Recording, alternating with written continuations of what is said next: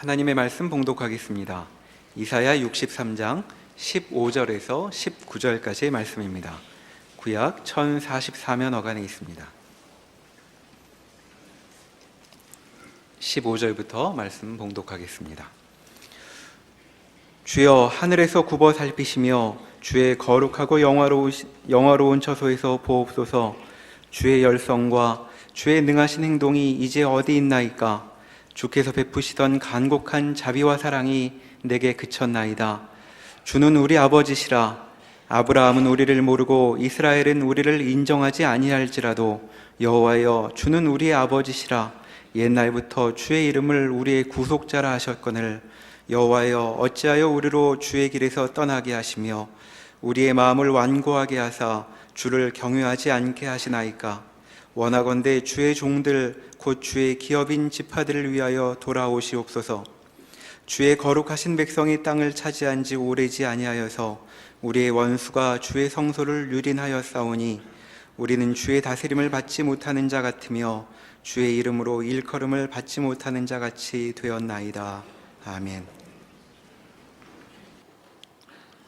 오늘 이사야 63장은 저희가 본문으로 읽은 장면에서 간절한 기도로 소개되고 있습니다. 16절에서 보는 바와 같이 이 기도의 간절함은 이렇게 표현되어 있는데, 주는 우리 아버지시라. 아브라함은 우리를 모르고 이스라엘은 우리를 인정하지 아니할지라도 여호와여, 주는 우리의 아버지시라. 옛날부터 주의 이름을 우리의 구속자라 하셨습니다. 이렇게 나오죠. 간절한 기도입니다.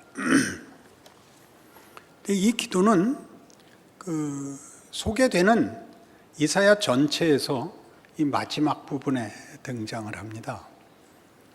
그래서 이 기도가 다만 하나님 앞에 은혜를 구하고 도우심을 구하는 것 이상의 지금 배경에서 이사야라는 전체 성경이 가지는 역사적 경험 속에서 어느 지위, 어떤 형편, 어떤 내용을 가지는지를 이해할 필요가 있습니다. 63장의 1절 이하에서는 에돔에서 오는 이 누구며 붉은 옷을 입고 보스라에서 오는 이 누구냐, 그의 화려한 의복 곧 능력으로 걷는 이가 누구냐, 그는 나이니 공의를 말하는 이요 구원하는 능력을 가진 이니라.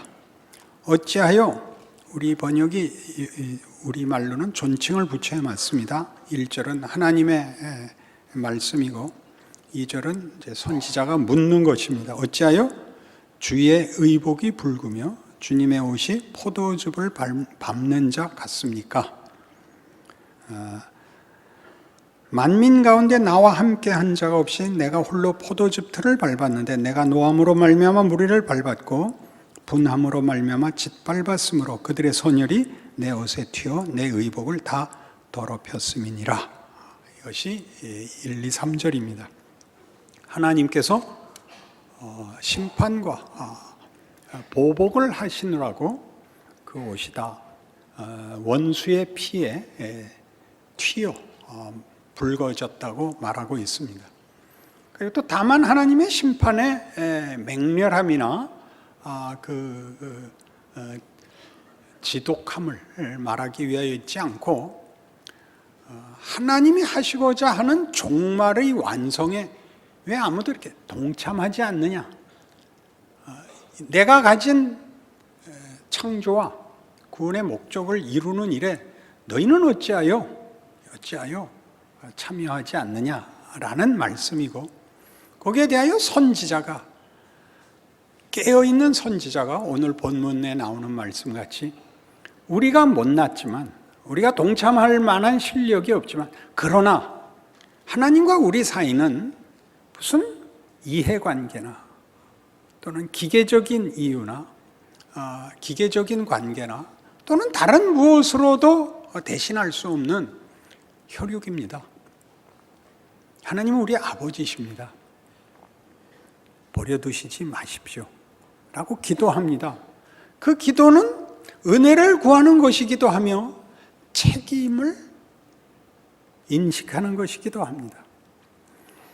우리가 이사야의 이 뒷부분에 와서 당황하고 있는 것이 무엇이냐면 이사야 1장에서 39장까지 있었던 이스라엘 역사에서 일어난 이스라엘의 실패, 신앙적 실패가 심판을 만들어내요. 저들이 나라를 잃고 성전이 파괴되고 바벨론의 포로로 잡혀갑니다. 40장에서 55장에 이르도록 포로된 이스라엘을 회복하시고 구원하시고 승리를 주시는 이는 하나님이시다. 너희가 그 결과를 만들 원인을 만들지 못했지만 너희는 내 백성이고 나는 너희 하나님이기 때문에 나는 너희를 부르고 너희를 만들고 너희를 목적한 것을 결단코 포기하지 않겠다. 은혜의 선언이 있었습니다. 그래서 잠깐 돌아가 보십시오. 55장에 가시면 55장이 이렇게 끝났습니다. 12절 너희는 기쁨으로 나아가며 평안히 인도함을 받을 것이요 산들과 언덕들이 너희 앞에서 노래를 바라고 들의 모든 나무가 손뼉을 칠 것이며 잣나무는 가시나무를 대신하여 나며 화석류는 찔레를 대신하여 날 것이라. 이것이 여호와의 기념이 되며 영영한 표징이 되어 끊어지지 아니하리라. 이스라엘 역사만 이 경험이 있는 것이 아니라 모든 성도들에게 있는 경험입니다. 어느 시대 어느 누구에게나 예수 믿는 사람이 일어나는 반복적인 경험인데 여러분들 처음 예수 믿었을 때를 생각해 보십시오. 정말 하늘이 노래하고 땅이 춤을 췄습니다. 잊으셨다고요? 그런데 문제는 56장 이하에서 보는 바와 같이 이렇게 허락된 구원, 하나님의 은혜와 능력에 의해서 허락된 구원이 그 다음에 영영하지 않더라는 거죠. 약속은 영영했는데 여러분들 표정을 보시면 그것이 현실이라는 것을 알 수 있습니다. 자기 얼굴을 못 보시니까 옆 사람 얼굴을 보십시오. 다 그 낙심한 표정으로 앉아 있지 이렇게 감동하는 사람들은 만나기 좀 어렵습니다. 이게 뭔가 이스라엘이 겪었던 경험이라 그랬습니다. 본토에 돌아오고 성전을 재건하지만 거기는 황폐한 땅과 이웃 민족의 공격과 위협 그리고 저들 스스로 중노동과 현실적인 조건 하에서의 침체를 맛봅니다. 그래서 저들은 체념하게 되고 신앙은 완전히 잊혀집니다. 말라기의 선지자가 말하는 것 같이 너희가 병든 것으로 제사를 드리고 썩은 떡으로 제사 드리는 거 내 꼴보기 싫어서 누군가 와서 성전문을 닫았으면 좋겠다라는 꾸중을 듣는 자리까지 옵니다. 이스라엘이 잘못했지만 이스라엘이 겪은 역사적 경험이 그런대로 저들을 내몰았습니다. 우리도 그렇습니다. 안 믿을 수도 없고 믿을 수도 없는 이런 일들은 도대체 무엇인가? 이것이 56장 이하의 이야기입니다. 그래서 이런 일들이 하나님 앞에 신실한 신앙생활과 승리가 있어야 된다, 책임이 있어야 된다라는 말이 56장의 안식일, 58장의 금식에서는 이 은혜가 책임과 심판이라는 질서를 극복하고 하나님의 신실하심과 능력과 약속에 의한 구원이라는 것에 의하여, 즉 은혜가 책임을 여는 것을 봅니다. 안식일은 지켜야 되는 것이지만 이스라엘에게만 허락된 율법이었는데 안식일을 지키면 이방 백성도 내 백성이 될 수 있다 라고 그 폐쇄적 명령이 갑자기 문을 활짝 열어젖히고 58장에서 금식은 어떤 자학성으로 드러나는 마지못한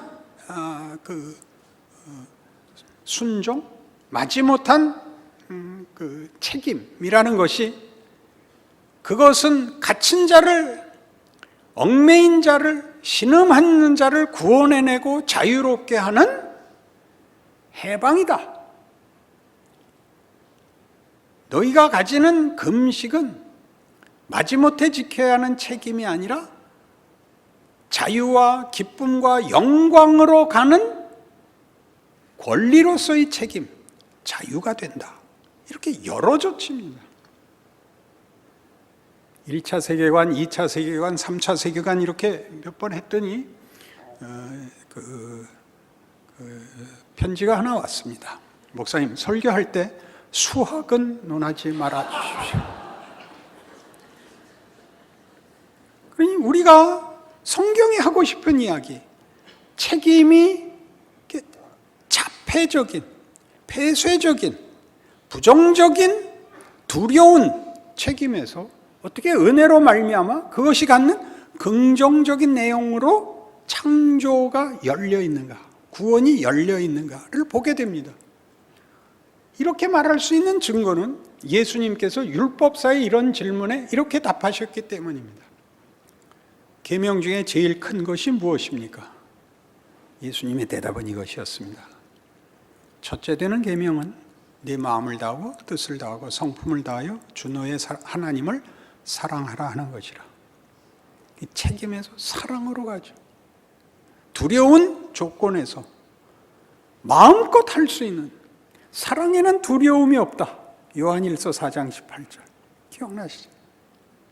둘째는 그와 같으니 네 이웃을 네 몸과 같이 사랑하라 하는 것이라. 열립니다.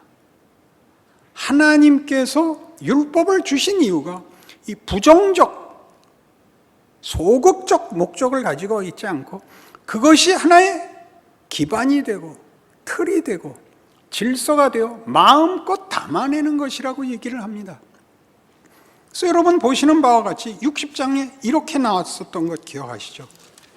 일어나라, 빛을 발하라. 네 빛이 이르렀고 여호와의 영광이 네 위에 임하였습니다. 이렇게 열리고 있습니다. 신앙적 책임이라는 것이, 그 책임이 소극적이고 두려운 잣대가 아니라 더 큰 데로 나아가는, 놀라운 데로 초대받고 있는 권리로서의 책임, 자유와 영광으로 우리를 부르고 있습니다. 61장도 그렇죠. 주 여호와의 영이 내게 내리셨으니 이는 여호와께서 내게 기름을 부으사 뭘 하나 보십시오. 가난한 자에게 아름다운 소식을, 마음이 상한 자를 고치고 포로된 자에게 자유를, 갇힌 자에게 노임을 선포하여 여호와의 은혜의 해와 우리 하나님의 보복의 날을 선포하여 모든 슬픈 자를 위로하는 것입니다. 이것이 기독교 신앙이죠. 우리가 가져야 할 신앙적 책임이 가지는 긍정적, 기적적 소망이고 약속인 것입니다. 그래서 이 문제에 대한 우리 이해를 돕기 위하여 이 부분에 해당되는 신약의 예수님 친히 말씀하신 설명을 찾아볼 필요가 있습니다. 요한복음 15장입니다.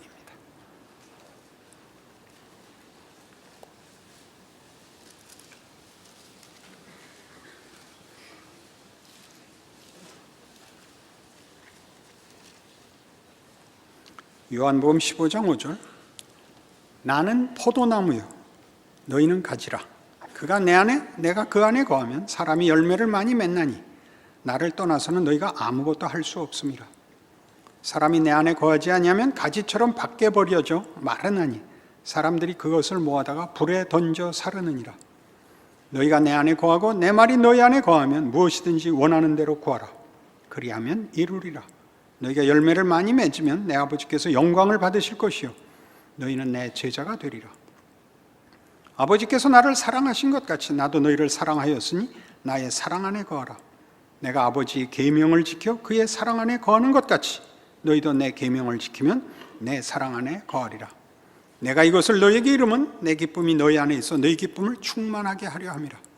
내 계명은 곧 내가 너희를 사랑한 것 같이 너희도 서로 사랑하라 하는 이것이니라. 포도나무의 가지 얘기입니다. 가지가 나무에 붙어 있지 않으면 당연히 열매를 맺을 수 없습니다. 그것이 순종입니다. 그것이 자유입니다. 우리는 스스로 생명을 만들거나 열매를 만들 수 없습니다. 하나님이 만드십니다. 그리고 우리를 부르십니다. 내 사랑 안에 거하라 라고 요구하십니다. 사랑 안에 거하라. 내 계명을 지키는 것이 내 안에 거하는 법이요 나를 사랑하는 법이라고 합니다. 순종이라는 단어, 내 안에 거하라는 것이 속박으로 들리는 것은 우리의 죄성 탓입니다. 여러분, 커피집에 들어가서 저기 있는 커피 꼭지를 틀고 먹고 싶은 만큼 마음껏 따라 마십시오. 그럴 때 나는 이 벽에다 대고 문질러서 커피를 받고 싶다라고 얘기하는 것을 가지고 자유라 그러지 않습니다. 왜 저 꼭지에만 갖다 대고 먹어야 되는가? 이렇게 얘기하는 것을 무슨 지성이라 그러거나 훌륭하다고 얘기하지도 않습니다. 그거는 너무나 당연한 것입니다. 예수 안에 속하여 하나님께 나의 내용을 공급받기 위하여 그를 붙드는 것이 자유입니다. 그럴 수 없었던 데서 주어진 피조물이 창조주로부터 생명과 영광과 가치를 받기 위하여 그 젖줄을 갖다 댈 수 있는 것, 자유, 권리, 우리의 선택, 기회가 된 겁니다. 여기 그러니까 전부 무슨 얘기로 나오는가 보십시오. 생명, 열매, 순종, 사랑, 이것들이 다 유일하게 생명과 진리와 복과 영광과 승리를 주실 수 있는 분에게로 와서 너를 채우라 라는 것으로 소개되고 있습니다. 그래서 13절 이 말이 나오죠. 사람이 친구를 위하여 자기 목숨을 버리면 이보다 더 큰 사랑이 없나니 너희는 내가 명하는 대로 행하면 곧 나의 친구라. 이제부터는 너희를 종이라 하지 아니하리니 종은 주인이 하는 것을 알지 못함이라. 너희를 친구라 하였노니 내가 내 아버지께 들은 것을 다 너희에게 알게 하였음이라. 너희가 나를 택한 것이 아니요 내가 너희를 택하여 세웠나니 이는 너희로 가서 열매를 맺게 하고 또 너희 열매가 항상 있게 하여 내 이름으로 아버지께 무엇을 구하든지 다 받게 하려 함이라.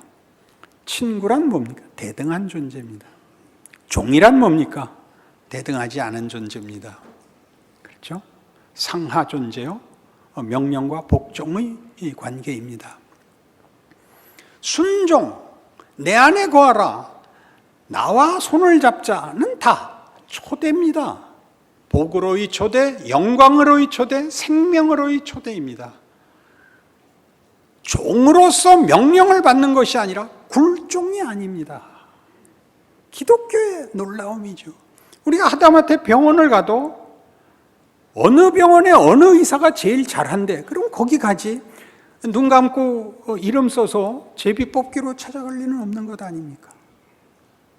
똑똑하다든가 분별이 있다든가 책임이 있다라는 것들이 무엇을 의미합니까?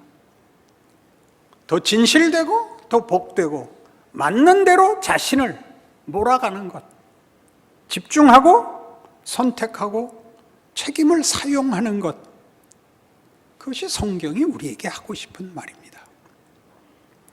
이 일들은 우리가 하나님께 속함으로써 요한복음 15장에 나온 말 그대로 너희가 열매를 맺을 것이요 너희가 열매를 많이 맺으면 하나님이 영광을 받으실 것이라 하는, 우리 전에 설교에서 에베소서 1장을 인용하여 우리가 하나님의 영광이 되고 영광의 찬송이 된다라는 성경의 약속같이 하나님은 우리의 영광으로 당신의 영광을 드러내시기를 기뻐하십니다.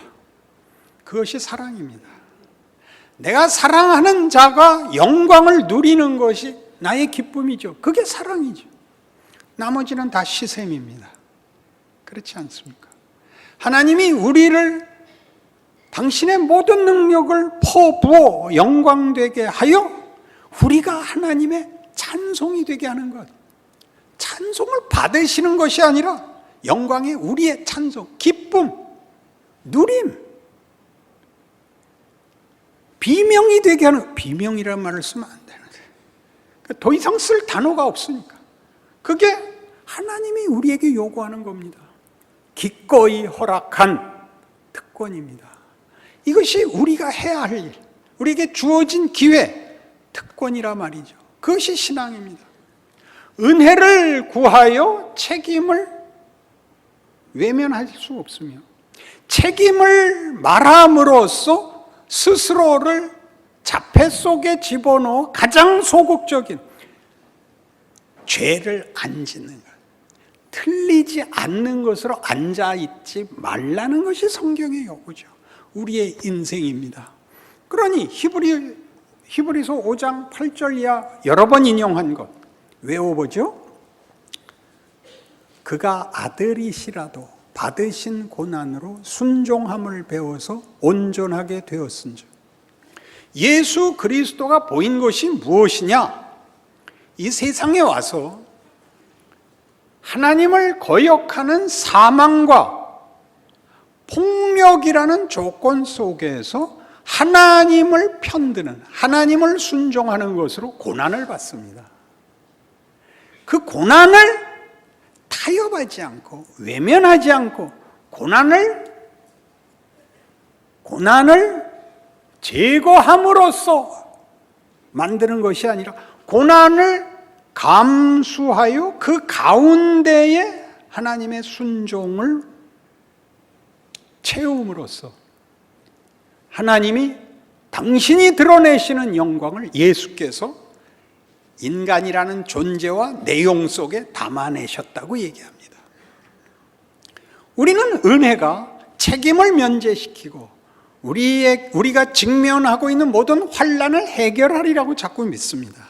아니요. 그 조건에서 예수가 가신 길을 뒤따르는 자로서 그것을 어떻게 감수할 것인가. 다만 감수가 아닙니다. 기회로서 어떻게 감수할 것인가, 어떻게 도전하고 함께 싸울 것인가 묻고 있습니다. 순종할 것인가라고요, 기회라고요, 명예라고요. 여기를 뚫으셔야 됩니다. 우리는 이 문제를 세상의 위협 앞에 맞선 신앙이라는 힘, 명분, 가치로만 가지 말고 더 크게 이렇게 생각하시라고 한 걸음 더 요구합니다. 마태복음 13장에 나왔던 씨 뿌리는 비유입니다. 씨를 뿌렸는데 길가에 떨어진 씨는 새들이 먹어버렸고, 돌짝밭에 떨어진 씨는 뿌리를 내리지 못했습니다. 떨기나무 아니죠. 가시나무에 떨어진 것은 가시가 기운을 막아서 못 자랐습니다. 그러나 좋은 밭에 떨어진 씨는 풍성한 열매를 맺었습니다. 우리가 밭이라는 거죠. 우리 보고 우리 안에 심기운 씨를 풍성하게 열매를 맺으라고 합니다. 좋은 밭이 생명을 만드는 게 아니라 들어온 생명을 풍성하게 만들어야 되는 것입니다. 그래야 그 밭은 뭐가 된다고요? 꽃밭이 된다 그랬죠. 꽃과 밭이 구별되지 않고 분리되지 않고 그 꽃이 이 밭에 심겨 이 밭을 통하여 그 꽃이 꽃을 자랑하고 이 밭을 꽃밭으로 만듭니다. 여기가 하나님이 요구하시는 우리의 책임입니다. 자유입니다. 그 참여는 그 참여 자체가 갖는 나에게 내가 꽃을 품은, 꽃을 키운 밭이 돼요. 꽃과 열매와 밭이 분리될 수 없는 전체 정체성의 명예, 내 목. 내가 한 것이 그 안에 본질로 들어가 있습니다. 생명을 만들거나 생명을 자라게 할 실력이 있는 것이 아니라 그 생명을 받아들여 하나님의 일하심에 그 밭이 온전히 충성함으로써 함께 만든 것이죠. 꽃밭, 꽃만 말고 꽃이 아니라 꽃밭. 구체적인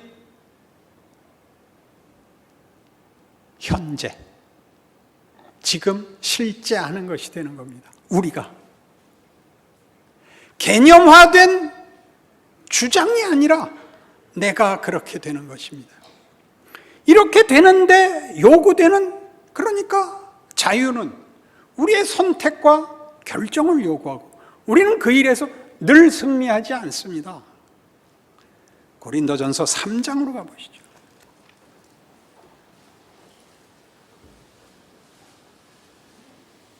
고린도전서 3장 6절.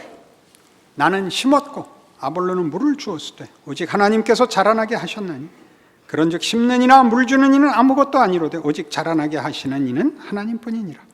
심는 이와 물 주는 이는 한 가지이나 각각 자기가 일한 대로 자기의 상을 받으리라. 우리는 하나님의 동역자들이요 너희는 하나님의 밭이요 하나님의 집이니라. 생명을 주시는 이도 하나님이요 그 생명이 자라나게 하는 것도 하나님입니다. 근데 우리 보고 심고 물을 주라고 합니다. 우리의 자유로, 우리의 소원으로, 예수 안에 거하는, 그의 사랑 안에 거하는 우리의 선택, 우리의 책임을 말합니다. 공부를 잘하는 것과 같습니다. 공부를 잘하라는 건 뭐죠? 1등이 되라. 이겨라. 그런 얘기가 아닙니다. 공부를 잘하려면 인격적, 성품적 성숙이 있어야 됩니다. 우리 교회는 설교하는 목사님의 지성이 높은 관계로 청중들이 대부분 지성적으로 높은 수준의 사람들이 온다고 합니다. 근데 하나 기이한 것은 이분들이 공부를 못한다는 걸 이해하지 못합니다. 공부를 잘하는 사람들의 특징입니다. 그냥 한 거거든요. 공부를 잘한다는 것도 모르고 못한다는 것도 모릅니다.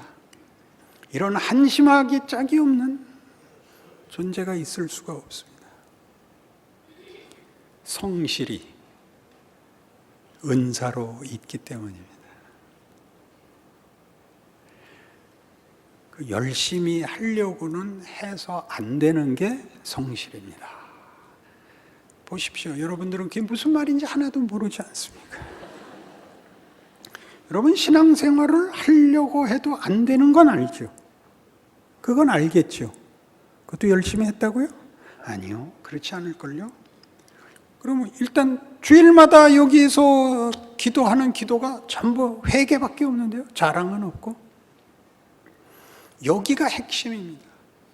잘하려고 하지만 안 되는 것은 안 되는 것이 아니라 하나님이 우리에게 요구하는 자유, 참여의 가장 핵심적인 부분은 그 참여의 실패에 있습니다. 낙심에 있습니다. 자책에 있습니다. 그 자책이 뭘 만드느냐? 우리가 창조주가 아니라는 걸, 우리가 기계가 아니라는 걸, 우리의 한계를 말해줍니다. 울 수밖에 없습니다. 오늘 본문이죠. 하나님, 아브라함은 나 책임 안 진다고 도망갈 수 있어도, 이스라엘은 나 부르지 말아라고 도망갈 수 있어도 하나님은 도망갔을 수 없습니다. 그리고 도망가셔도 안 됩니다. 여기가 성경이 하고 싶은 이야기입니다. 우리의 자유는 우리 보고 다 책임지라가 아니라 우리가 하는 일에 하나님이 무엇을 만드시는가 기대하겠습니다 라는 자유입니다. 아무래도 좋다가 아닙니다. 잘못한 것 울어야 됩니다.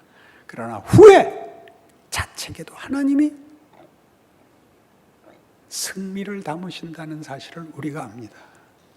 우리의 지금 자리는 잘한 것으로 만들어진 것이 아니라 자책이 만든 자리입니다.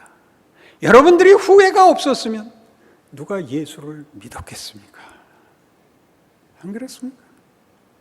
지금 여러분이 가지는 모든 낙심과 여러분을 침묵해 하고 체념케 한 것이 무엇입니까? 여러분이 1차 세계관에 아직 머물러 있기 때문입니다. 은혜를 말하지만 은혜가 답이 되지 않는 현실 때문입니다. 은혜가 뭐라고 기대를 했기 때문에요. 해결책인 줄 알고 있죠. 아니요. 은혜란 하나님이 내 인생과 네 결정 모두에 내가 동참한다. 걱정 말아라는 약속입니다. 울어도 됩니다. 실패해도 됩니다. 그러나 하나님의 사람으로 사는 노력과 믿음은 놓지 않으셔야 됩니다. 그리하여 성경이 이 결론에 우리를 끌고 갑니다. 갈라디아서 2장 같이 보셔야 됩니다.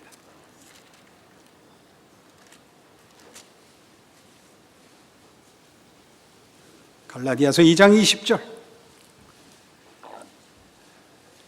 내가 그리스도와 함께 십자가에 못 박혔나니 그런즉 이제는 내가 사는 것이 아니요 오직 내 안에 그리스도께서 사시는 것이라. 이제 내가 육체 가운데 사는 것은 나를 사랑하사 나를 위하여 자기 자신을 버리신 하나님의 아들을 믿는 믿음 안에서 사는 것이라. 예수를 믿는다는 건 뭐냐? 내가 나인 것을 중단할 수 없다는 것입니다. 근데 그 나는 예수 안에 있는 나라는 것입니다. 예수 안에 있다는 것으로 던져버리지 못한다는 것입니다. 나는 끝까지 납니다. 내가 결정하고 내가 책임을 져야 되는데 내가 혼자가 아니랍니다. 내가 하는 결정, 내가 하는 실패가 다 예수 안에 있답니다. 예수 안에 있다는 게 뭐죠? 예수께서 우리를 위하여 이 땅에 오시고 우리를 구원하시고 우리를 모두 붙드시는 그 과정, 그의 공생애를 보십시오.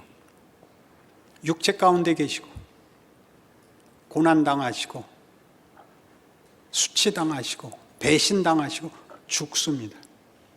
그러니까 이 모든 경우가 그리스도 안에 있습니다.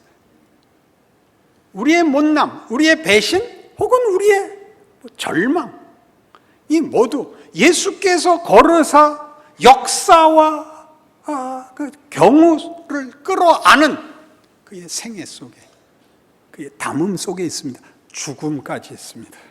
절망 정도가 아니라 죽음까지 그의 부활 안에 묶여 있습니다.